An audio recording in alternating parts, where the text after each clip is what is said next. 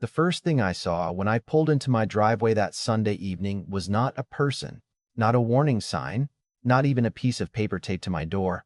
It was a giant scar cut straight across my front yard. A trench, about 3 feet wide, ran from one side of my property to the other, right through my grass, right through my irrigation line, right past the young oak tree I had planted with my own hands.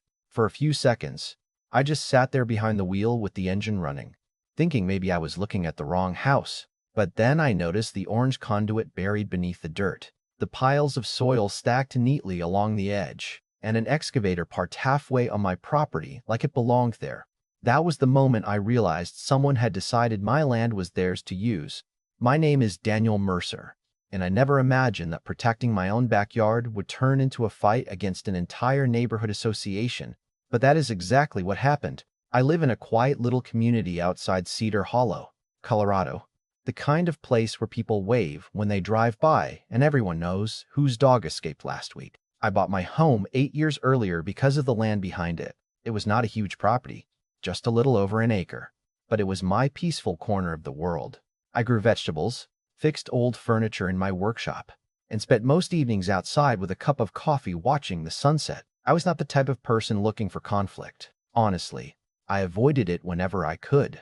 I was the guy who would rather replace a broken fence board myself than argue with a neighbor about it. But that night, standing in the middle of my yard and looking at fresh tire tracks where my garden used to be, I felt something different. It was not just anger. It was the strange feeling you get when someone crosses a line you never thought anyone would cross.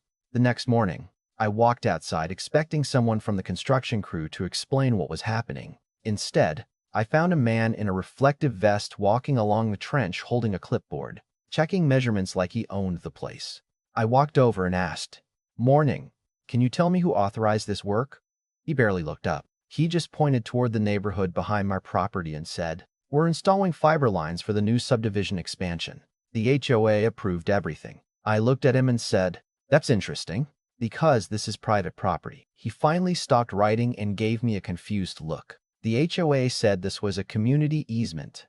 Those words stuck with me because I knew exactly what they meant. An easement is not something you just announce because you want one. It is a legal right recorded on property documents. Someone cannot wake up one morning, decide your land would make a convenient shortcut, and call it community property. I told him he needed to stop work until I could verify what was going on. He shrugged and said, "You'll have to talk to the HOA president." So I drove straight to the clubhouse. The woman running the HOA was named Vanessa Caldwell. She was a former real estate agent, the kind of person who always looked perfectly prepared for a meeting she already believed she had won. She wore designer sunglasses even indoors sometimes, kept color-coded folders on her desk, and had a way of talking that made every sentence sound like a final decision. When I walked in and asked why workers were digging across my property, she did not look surprised. In fact, she looked almost amused. She leaned back in her chair and said, "Daniel, I was wondering when you would notice." That sentence bothered me more than anything else, not because she was rude, but because she said it like my property being damaged was just a minor detail. I asked her, why was I not contacted before construction started? She smiled and said, "Because there was no need. The project was approved. Your yard happens to be the most efficient route for the new fiber connection." I stared at her and said, "My yard happens to be my property." That was when she gave me the line I would remember for a long time. She said, "You seem confused. We have an easement. It is all recorded. You should actually be happy. You're getting faster internet without paying a dime." I asked the only question that mattered. "Show me the recorded easement." For the first time, her expression changed just slightly. It was quick, but I noticed it. She looked away, opened a folder, then closed it again. Finally, she said, "You do not need to see it. The HOA has handled these matters before." That answer told me everything. Someone who has the paperwork usually cannot wait to show it to you. I stood there quietly for a moment and then said, "If it exists, it should be easy to prove." She leaned forward and lowered her voice. "Daniel, I would be careful. If you interfere with approved community infrastructure, the HOA can fine you for causing delays and damage." I walked out of that clubhouse feeling something I had not felt in years, not fear, not anger, determination, because I knew one thing. People who rely on intimidation usually hate one thing more than anything else: questions. and I was about to ask a lot of them. I went home, opened the safe where I kept my important documents, and pulled out my property deed. I spread the papers across my kitchen table, grabbed a flashlight, and started reading every line. The boundary map was clear. The measurements matched my fence lines. The property description matched my address. But there was one thing missing. There was no utility corridor, no shared access route, no recorded easement of any kind. Vanessa Caldwell had been so confident because she assumed nobody would check. She assumed I would just accept what she said. But the next morning, I made the call that would change everything.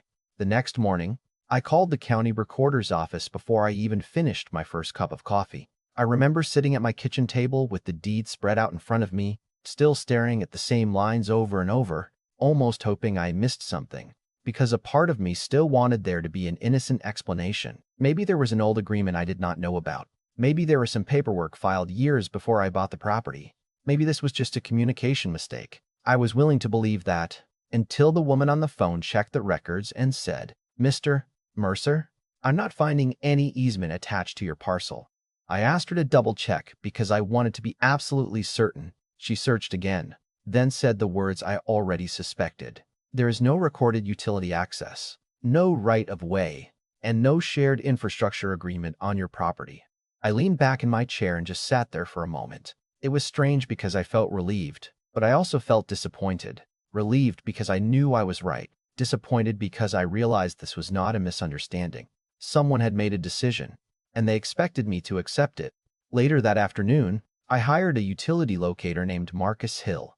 He was an experienced guy who had spent 20 years locating underground lines, and I liked him immediately because he had the kind of personality where he did not waste words. He walked my yard, scanned the trench, looked at the conduit, then looks back at me. Finally, he shook his head and said, "Daniel, this is not just a property issue." I asked him what he meant. He pointed toward the excavation and said, "Whoever did this should have a permit on file." I'm not seeing any markers.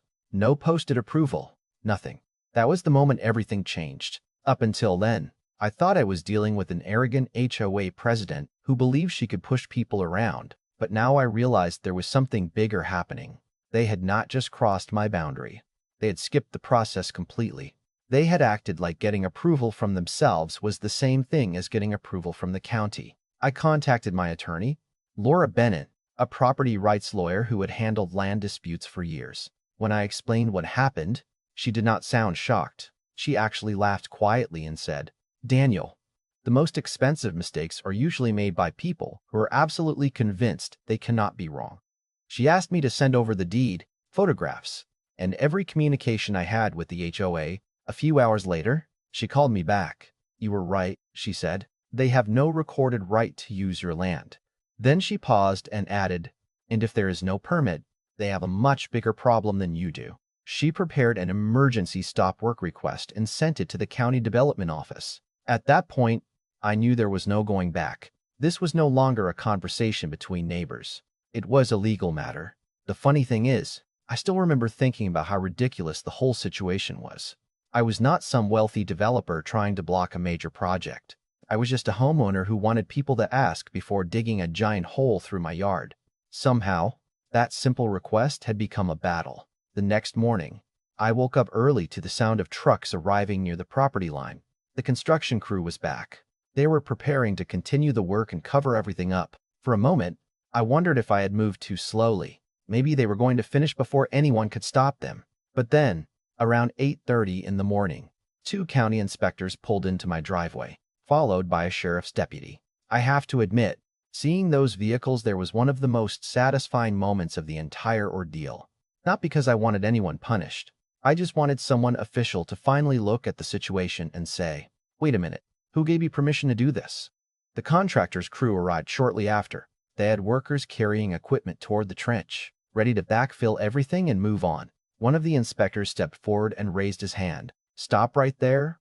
The entire yard went quiet. The workers looked at each other. The contractor asked what was happening. The inspector held up the paperwork and said, "All excavation work is suspended until permits and property authorization are verified."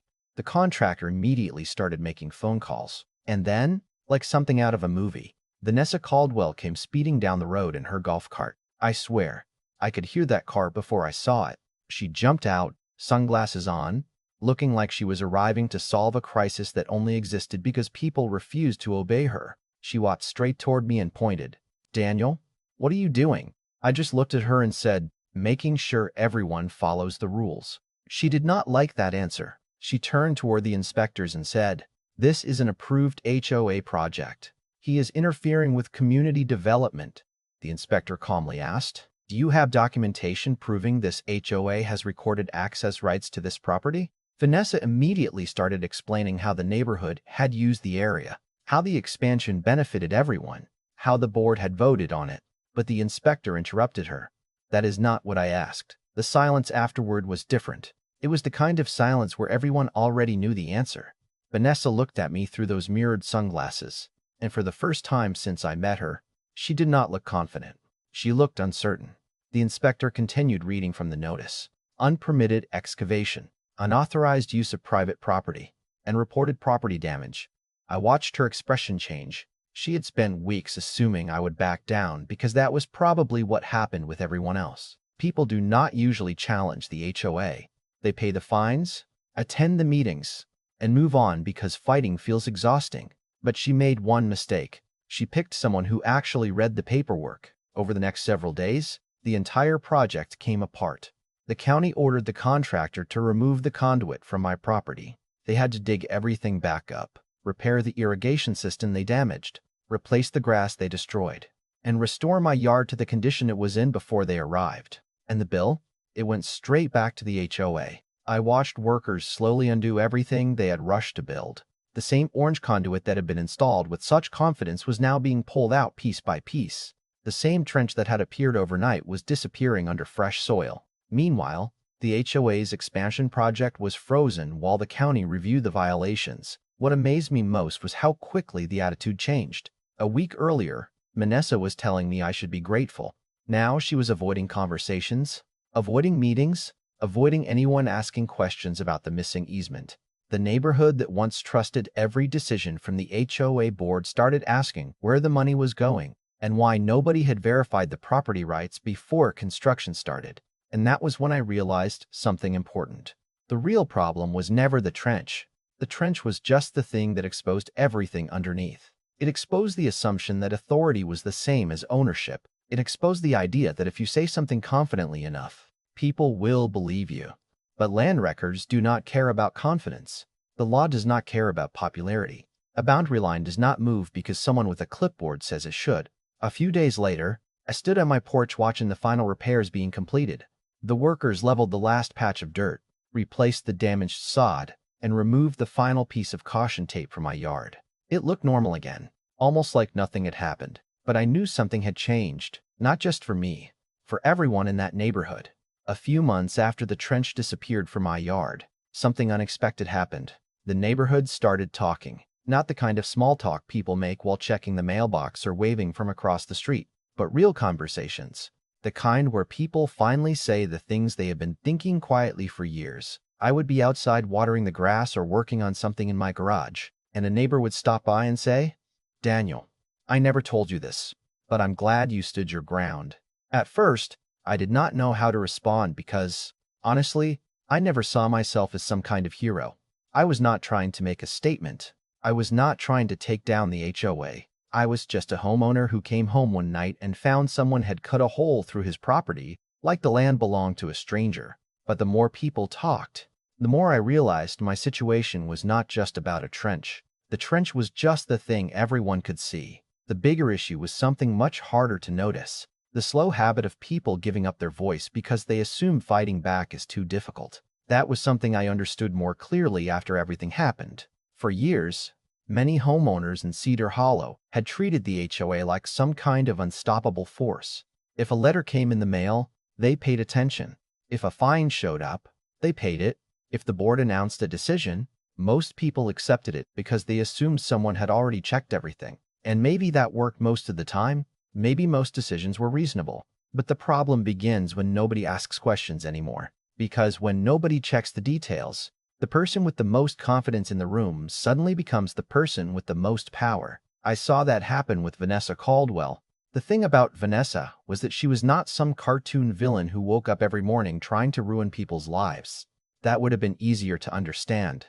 She was more complicated than that. She genuinely believed she knew what was best for the community. She had spent years in real estate. She was comfortable making decisions, and she was used to people trusting her judgment. The problem was that somewhere along the way, confidence turned into certainty, and certainty turned into entitlement. She stopped seeing homeowners as people she needed to work with and started seeing them as obstacles that needed to be managed.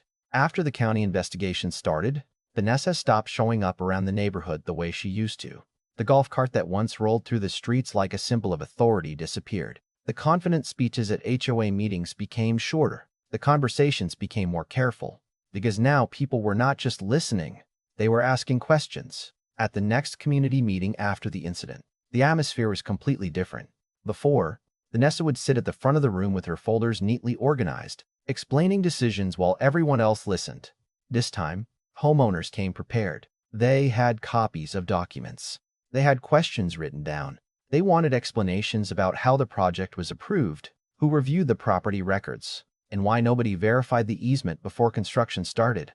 I remember sitting in the back of the room watching everything unfold, and I had this strange feeling.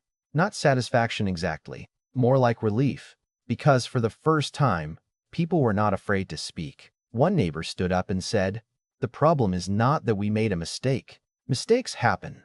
The problem is nobody wanted to admit there was a mistake until someone forced the issue," and that sentence stayed with me, because that was really the heart of everything. Everyone makes mistakes. Every organization makes mistakes. Every person gets something wrong sometimes. But the difference between a healthy community and a broken one is whether people are willing to correct those mistakes. Eventually, Vanessa resigned from the HOA board. The official statement said she wanted to spend more time with family and focus on personal priority. Maybe that was partly true. I do not know. But I do know the pressure had changed. The same people who once accepted every decision without question were now demanding accountability. The new board came in with a completely different approach. They reviewed old records, created clearer procedures, and required documentation before approving major projects. They even brought in outside professionals to review property access issues before making decisions. Some people joked that after what happened to me, nobody wanted to be the next person digging a hole without checking the paperwork first. I laughed when I heard that because it was true. The lesson spread quickly. And honestly, I think that was the best outcome possible. Not revenge, not punishment, accountability. Because revenge would have been easy. I could have spent my energy trying to embarrass Vanessa or make the situation as painful as possible for her. But after everything was over, I realized that was never what I wanted. I wanted recognition that what happened was wrong. I wanted my property respected. I wanted the people responsible to understand that rules are supposed to protect everyone, not just the people holding the clipboard. Looking back, the entire conflict could have been avoided with one simple conversation, one knock on my door, one honest discussion. "Daniel, we have a problem. We need access. Can we talk about a solution?" That was all it would have taken. I was never against helping the community. In fact, I probably would have worked with them if they had approached me honestly. Maybe we could have found another route. Maybe we could have negotiated temporary access. Maybe there was a solution where everyone benefited. But instead, they made a choice that sent a very different message. They decided my cooperation was unnecessary because they believed my permission did not matter. And that is the moment when a simple project becomes a conflict. Because property is not just about dirt and fences and legal descriptions on paper. It is about trust. It is about respect. It is about understanding that behind every address is a person who has invested time, money, and memories into that place. Today, when I walk across my yard, the grass has grown back completely. The oak tree survived.